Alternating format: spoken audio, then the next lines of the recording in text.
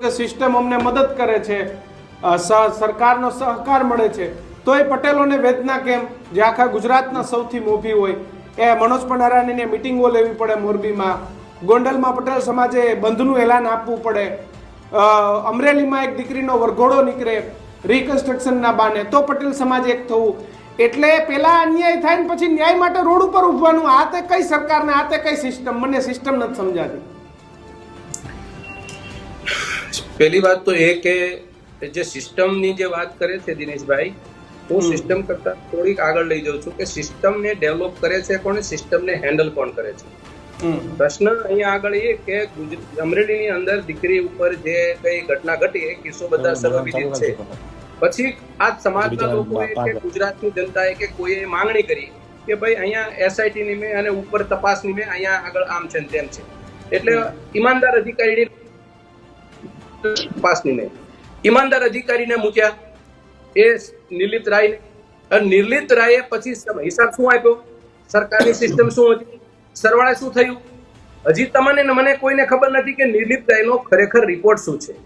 મારું કહેવાનું એ છે અહીંયા કે એક વ્યક્તિ જેની પાસે એટલી બધી અપેક્ષા ગુજરાતની જનતા નથી રાખતી કે આ વ્યક્તિ 6.5 કરોડની જનતાની સુરક્ષા કરી શકે એવો વિશ્વાસ પણ કોઈ નથી આજે, તો એવી વ્યક્તિને ગૃહ રાજ્યમંત્રી પદે બેસાડી રાખ્યા છે. એના માટે અમારો સીધો સવાલ છે, ગોંડલની ભૂમિ હોય કે હમણાં 2 દિવસ પહેલા મહુવા તાલુકાના એક ગામની અંદર એક પર્ટિક્યુલર એક જ્ઞાતિના આગેવાનોએ એની જમીનનો 20 વીઘાનો કબજો લઈ લીધો. હું 2 દિવસ પહેલાની વાત કરું છું, મહુવા તાલુકાની. એ પરિવાર સુરતમાં છે અને એ પરિવારના સભ્યો બગદાણા પોલીસ સ્ટેશનની અંદર એમ કહે છે કે અમારી ફરિયાદ છે, અમે ત્યાં અમારી જગ્યા ઉપર કબજો કરી લીધો અને અમને કીધું છે કે તમે ગામમાં આવશો, તમને ગામમાંથી તમે તાળિયા ભાંગી નાખીશું. આ પટેલ પરિવારને પોલીસ એમ કહે છે કે તમે આ કેસ છે ને એ તમે લેન્ડ ગ્રેબિંગમાં થશે, એટલે કે તમે આ લેન્ડ ગ્રેબિંગની ફરિયાદ નોંધાવો. અરે ભાઈ, મારી જમીનની ડકેતી કરે છે, આ સરકારી જમીન નથી, આ મારી માલિકીની જમીન છે, આ મારો 7/12 ઉતારો છે. અને છતાં જો એ વ્યક્તિને તમે પોલીસ ઊંધા રવાડે ચડાવતી હોય તો આ સિસ્ટમ કઈ? એટલે મેં એને એસપી ને વાત કરાવડાવી કીધી કે તમારી સિસ્ટમ કઈ? હું તમને 2 દિવસ પહેલાની વાત કરું છું. મારું કહેવાનું આવા અનેક ગુજરાતમાં કિસ્સાઓ જે ગુજરાતની જનતા ભોગવે છે એની સિસ્ટમને જવા દો, પોલીસને જવા દો. પોલીસ અને સિસ્ટમને હેન્ડલ કરનારી એક વ્યક્તિ કે જેનું નામ છે ગુજરાતના ગૃહ રાજ્યમંત્રી, અને ગુજરાતના ગૃહ રાજ્યમંત્રી એ 100% ફેલ્યોર છે. પાટીદાર સમાજની કોઈ ઠેકો લેવા બેઠો નથી. પાટીદાર સમાજ કે કોઈ પણ સમાજની પરિસ્થિતિ અત્યારે સરવાળે વિચારો. મારું તમારું એક કામ એ છે કે ગુજરાતની અંદર 6.5 કરોડની જનતાની અંદર એક પણ માણસ અસુરક્ષિત ના હોવો જોઈએ. 2012 ની અંદર મોટા કોટડામાં કેશુભાઈ પટેલ જે ભારતીય જનતા પાર્ટીના પ્રમુખ પહેલા મુખ્યમંત્રી, એ મોટા કોટડા વિસાવદર તાલુકામાં એક વાક્ય કીધું હતું કે ગુજરાતની જનતાનો સામાન્ય માણસ, સામાન્ય વર્ગ આજે ભયભીત છે. તો હું તમને 2012 થી માંડીને 25 ની જર્ની કરું તો આજે 2012 માં પરિસ્થિતિ હતી એના કરતા સારી છે કે નબળી છે? એ સવાલનો જવાબ આપણે ગુજરાતને બધાને ખબર છે. છતાં પણ એવી વ્યક્તિને ગુજરાતના ગૃહ રાજ્યમંત્રી બનાવ્યા છે કે જેને પોતે ગરબા રમવા સિવાય ધંધો નથી અને ગુજરાતની જનતાને એક તરી આ વાસ્તવિકતા હું વાત કરી રહ્યો છું. અમારા માટે ગુજરાતની જનતાનો એક પણ માણસ પક્ષ વિપક્ષ છોડ દો, સમાજ છોડ દો, કોઈ પણ નથી જરૂરી વાત કરતો, પણ જે લોકો સમાજ જીવન જીવે છે, ગુજરાત એટલે મોડલ સ્ટેટ, ગુજરાત એટલે ભારતનું ગ્રોથ ઓફ એન્જિન, ગુજરાત વિકસિત ગુજરાત, આ બધા સિમ્બોલ લગાડીને ગુજરાતની જનતાને અભિભૂત કરવા સિવાય બીજો ધંધો શું થઈ ગયો છે? એટલે મારું કહેવાનું એ છે, બંને મિત્રોને કહું છું કે આ પટેલ ગોંડલનો કિસ્સો કે ભાઈ કોઈ પણનો કિસ્સો તમારે રાજનીતિ કરી અને તમારે સરવાળે જાય. 2 ભાજપના આગેવાનો ત્યાં ગયા, બરાબર છે, એને ત્યાં જઈને વાત કરી અને કે ભાઈ આમ તેમ, પણ સાચો કિસ્સો શું છે? સામેવાળા છોકરો છે એને જે ગુનો કર્યો એને શું ગુનો કર્યો છે, આને શું ગુનો કર્યો છે? અને ગોંડલની ભૂમિ હું તો પ્રાર્થના કરું, ગોંડલની જનતાને પ્રાર્થના કરું, ગોંડલની જનતાને કે ગોંડલની જનતાને આ બહારનો તો કોઈ માણસ ત્યાં જતો નથી, ગોંડલવાળા છે, કયો સમાજનો છે ઘડી ભૂલી જાઓ. તો એવું સૌહાર્દ કેમ સાચવી શકતા નથી ગોંડલની જનતા? કેમ વારંવાર પોલીસની જરૂર પડે છે એને? કેમ એ લોકો એકબીજાની સામસામે આવે છે? 2 સમાજ હોય કે 2 વર્ગ હોય કે 2 વ્યક્તિ હોય? આ પ્રશ્ન એ બાબતમાં હું દિનેશભાઈ વાત સાથે સંમત છું કે સામાજિક લેવલે આ પ્રશ્નની અંદર સામાજિક આવવો પડે. તાણાવાણા ગુજરાતના ના તૂટવા જોઈએ, પણ વાસ્તવિકતા આપણે સમજવી જોઈએ કે રાજ્યની અંદર તંત્ર ચલાવે છે, સરકાર ચલાવે છે, એ લોકોની એક મોટી જવાબદારી છે કે રાજ્યને સુરક્ષિત કરવું જોઈએ. બિલકુલ. હું તમે બધા સંમત છું. બિલકુલ. અલ્પેશભાઈ, મનહરભાઈ, આનો રસ્તો શું કાયમી માટે? જો પહેલી વાત તો એ છે કે લોકશાહીમાં ચૂંટે છે એ આગેવાનો એની પાસેથી એ સરકાર વતી બેસી અને જનતાના હિતની વાત કરે છે, કાયદા અને પરિયુમાં રહીને એ વહીવટ કરે છે.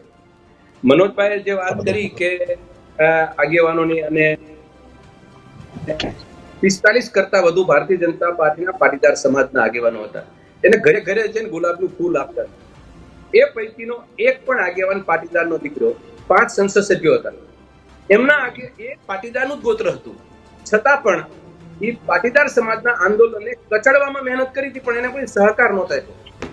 મારો અહીંયા પ્રશ્ન એ છે કે સમાજના કામ હોય, જાહેર જીવનના કામ હોય, તો આપણે નેતાને જ્યારે પસંદ કરીએ છીએ ને એમાં ખાટલી મોટી ખોટ છે. એનું કારણે અત્યારે આ 25 વર્ષની અંદર એક નેતા બનાવવા માટે 25 વર્ષનો ટાઈમ લાગે, અને 25 વર્ષે એ સમાજ એક પરિપક્વ નેતાને બનાવતો હશે. કોઈ પણ સમાજ પરિપક્વ બન્યા પછી સમાજની અપેક્ષા હોય કે અમારા સમાજનું કે રાષ્ટ્રનું એ ભલું કરે, પરંતુ આ ટૂંકા કદના વાંચો, વામન વિચારના લોકો અને પર્સનલ સ્વાર્થ માટે અને ડરપોક નેતાઓ જે સમાજે પેદા કર્યા, એનું પરિણામ અત્યારે સમાજ ભોગવે છે.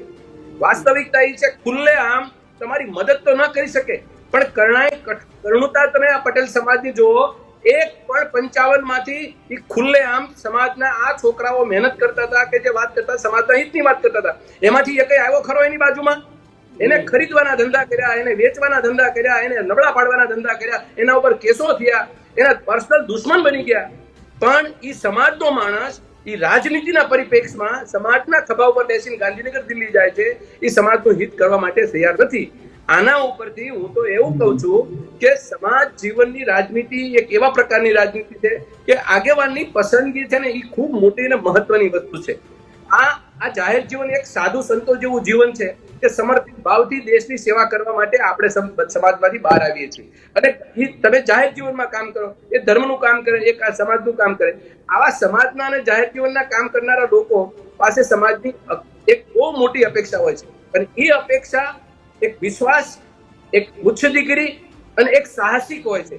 જો એ ડરપોકપણું એના નેતા પાસે ગાંધીનગર દિલ્હીમાં બેઠા એ નેતા પાસે નમત કરવા મળે તો સમાજનું ક્યારેય ભલું નહીં. હું માનું છું એ 50 આગેવાનોએ મહેનત કરી હશે, પણ એક પણ આગેવાનોએ રિઝાઇન ના કર્યું, એનું ન ચાલ્યું તો ગંભીર પ્રશ્ન છે આ. એટલે મારું કહેવાનું એ છે કે આજે એ નેતાઓ તરફથી સમાજને કોઈ પ્રકારની રાહત નથી, કોઈ પ્રકારની. આજે બે જગ્યાએ જે ભાઈ મનોજભાઈ વાત કરી, 2 આગેવાન ત્યાં આગળ ખાટલા પાસે ગયા અને સાંત્વના આપી, આ બધું શોબાજી છે. આનાથી કશું થવા જ નથી, કારણ કે એ લોકો 2 લોકોના પાસેથી હુકમ ન નીકળે ત્યાં સુધી કોઈ ગુજરાતમાં કઈ થતું નથી કે હું બોલું છું ખબર પડે એવું તો છે નહીં. તો એના માટે તમારે ચિંતનનો વિષય પહેલા છે, રણનીતિ નક્કી કરવી, આમાં બાયો ચડાવી કે કેટલું કામ કરી શકીએ છીએ અને સાહસ કરી છે કેટલું કામ કરી શકીએ છીએ, સમાજને ભેગો રાખવો છે. આ તો ભદ્ર સમાજ છે, બહુ સ્વતંત્ર સમાજ છે, કોઈના કબજામાં રહેવા તો છે નહીં. એટલે કહેવાનું આવા સમાજને એમાંથી જે સમજદાર લોકો છે એને બહાર આવવું જોઈએ, અને બહાર આવીને રાજનીતિને થોડીક અમથી દૂર રાખી અને સમાજના હિત માટે વાત કરવી જોઈએ. આ નથી થતું અત્યારે સમાજના આગેવાનથી, એટલે તકલીફ છે. હું ઈચ્છું કે આમાં કોઈ ફેરફાર થાય. બિલકુલ. અલ્પેશભાઈ, સમાજના હિત